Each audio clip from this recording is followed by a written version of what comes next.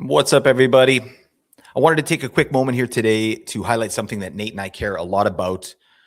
Apples and Ginos is partnering with the Grindstone Award Foundation, which is an organization that helps young girls get into hockey by covering the cost of equipment and league registrations for families that might not otherwise be able to afford that.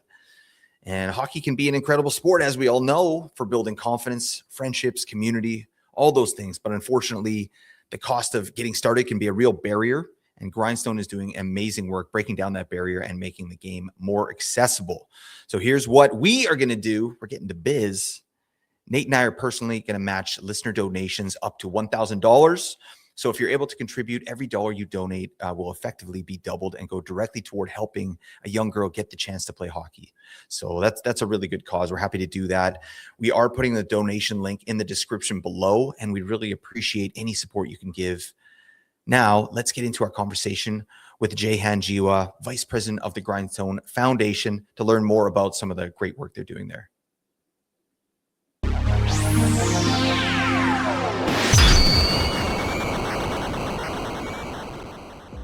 Hello, everyone. Blake from Apples and Ginos here. I've got a very special guest joining me today, Jehan Jiwa, Vice President of the Grindstone Award Foundation. Jehan, thank you so much for making time for us today. How are you doing?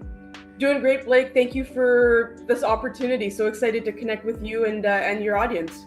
Yeah, thank you so much. I really appreciate that. And when Nate and I at Apples and Ginos, we were looking for some charities to get behind, Grindstone Award Foundation was something that really kind of resonated with us and popped off a page. And I especially liked your mission statement and vision. And I thought I'd just read that out for our listeners real quick here.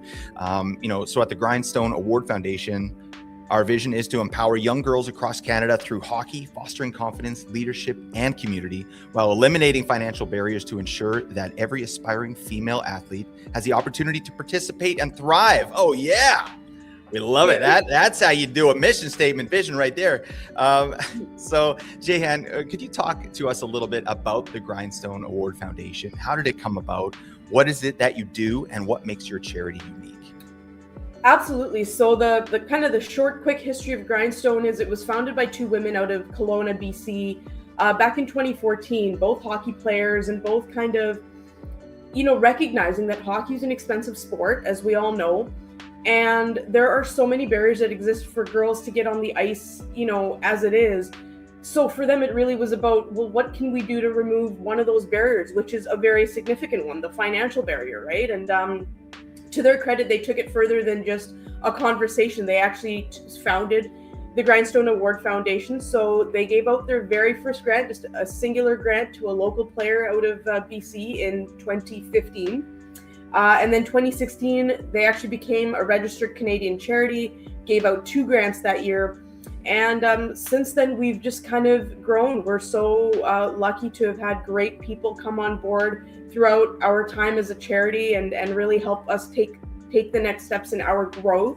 So where we are now, we're at the 10-year mark. We've we've given out almost over $200,000 in funding to players across the country.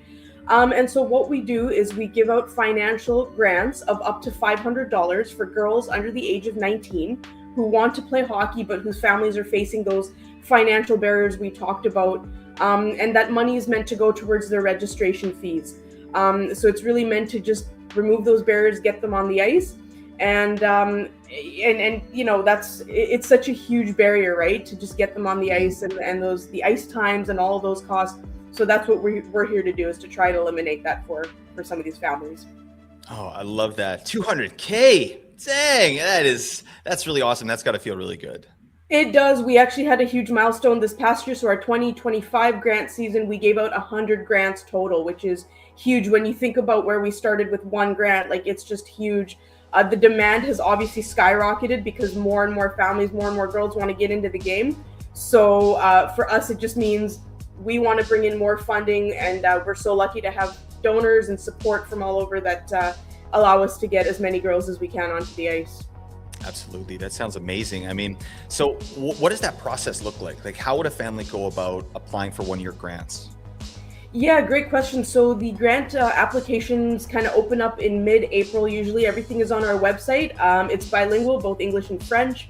And so basically families can go on kind of from April all throughout the summer They fill out, obviously, there's some personal information. They provide their notice of assessment, which is how we vet their financial status and their financial situation.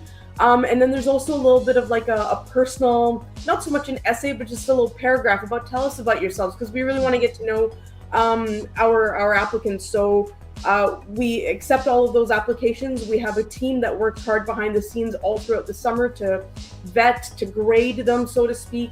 And then based on who qualifies, we will work with them throughout the summer and with their minor hockey organization to make sure that that funding goes out to them in time for them to be able to register for the next season. And we're also very lucky. We, through a partnership with the NHLPA Goals and Dreams Fund, they, for the last 5 years, have been providing us with brand new sets of equipment for certain numbers of those applicants as well. So you can imagine, if ice time is expensive, we know the equipment is expensive too, and they kind of go hand in hand. So to be able to say to our applicants, hey, we're able to support you in getting on the ice with the registration piece, but then through the NHLPA, we're also able to provide you head-to-toe brand new set of gear is pretty unique and pretty special for us to be able to do that. Yeah, absolutely. I mean, just think about it. Must be so cool to see those kids when they get their brand new gear. Like, oh man, I'd be so excited. I get that excited when I get a new hockey stick. So we still get that excited. I know. Yeah, there's totally. something about gear, right? Yeah, absolutely. Yeah. So what are some of the specific grants available that you do there at Grindstone? Yeah, so we have the registration grant and then the equipment grant through the NHLPA. So the registration grant is really the bulk of what we do. And like I said, we work directly with the minor hockey organizations to kind of get an understanding of how much is the family paying for their registration. And assuming that they do qualify based on all of the documentation they've provided, we provide up to $500 of funding for them to get that registration grant covered. That's awesome. Really good stuff. With a cause like this, obviously, I'd imagine you see kind of a lot of your hard work come to fruition. And what would you say are some of the most inspiring moments that you've seen since you started your work with Grindstone? Yeah, I've been with Grindstone for 5 years now, and what I was expecting when I came in was that we would, we get these applications, I was expecting them to be very quantitative. We see their financials, we provide them funding, but I have to say a lot of our applicants really put their hearts into that personal essay portion or that paragraph portion I mentioned. They're really pouring their hearts out into these things. And so it's a known fact with our grants team that you're going to need tissues when you're grading these, because there's some really special stories. Girls who are saying, it's not all just about, I love hockey and I want to play. There's elements of, hockey's where I found my identity.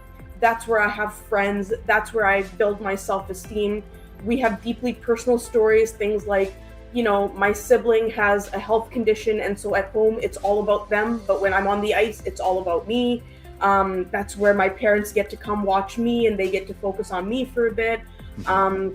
We have stories of applicants who are dealing with health issues themselves, and hockey is how they stay physically and mentally well.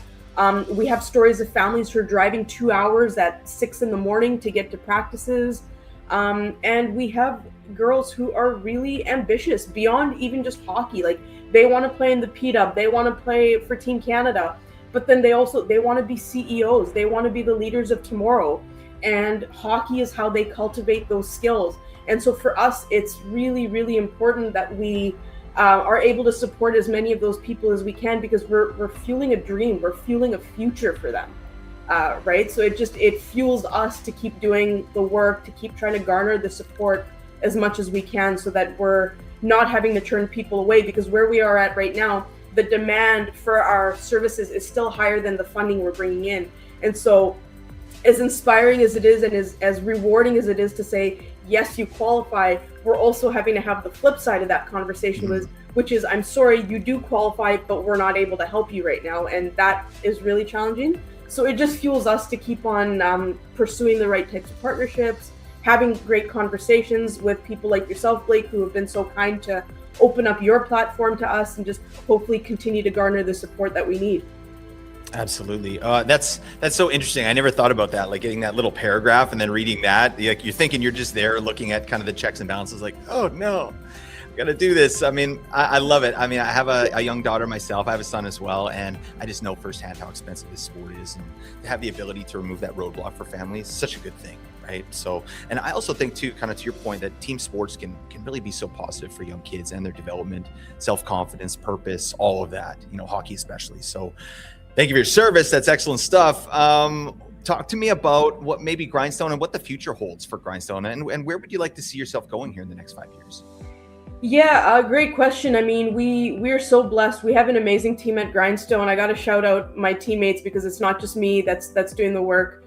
So as of right now, our entire board of directors are all volunteers. So everybody is committing time off the sides of their desks to keep this charity running and do this great work that we're doing. We also have a great team of volunteers that support us. And so, we often talk about 5-year plans and what our goals are. I would say, the first thing, which I just mentioned, is we don't want to be turning down qualified applicants. So our number one goal is for all the demand, which is constantly increasing, which is a good thing. It means more girls want to get into the game. We also want to be able to get to a point where we're turning no qualified, deserving applicant away. So that's absolutely goal number one. We would love to continue to expand how much we can support with the other barriers that might exist across hockey, like we talked about the equipment portion of things. We'd love to be able to be more targeted, get into communities that we maybe don't have as much of a presence in right now, for example, the territories. So we want to continue to grow into those different regions. We want to, at a certain point, we'd love to target specific communities. The demographic of our country is always changing, and so we'd love to get really targeted towards the new to Canada families and say, hey, we want to get you into the game. This is our sport. We want you to be part of it. So we're always kind of spitballing ideas of where we'd like to go. Obviously, growing our team, maybe some paid positions so that we can put more into ourselves, and that way we're able to put more out into the community. So we're always looking for great people to join us right now on a voluntary basis, but always looking to grow. Yeah, absolutely. I think when you have such a worthy cause, I find personally it's easy to get up for something like that. You know what I mean? Like, and easy to kind of put over 100% into it, and because the rewards are so great, and you see what you're doing for these girls here. It's really amazing stuff.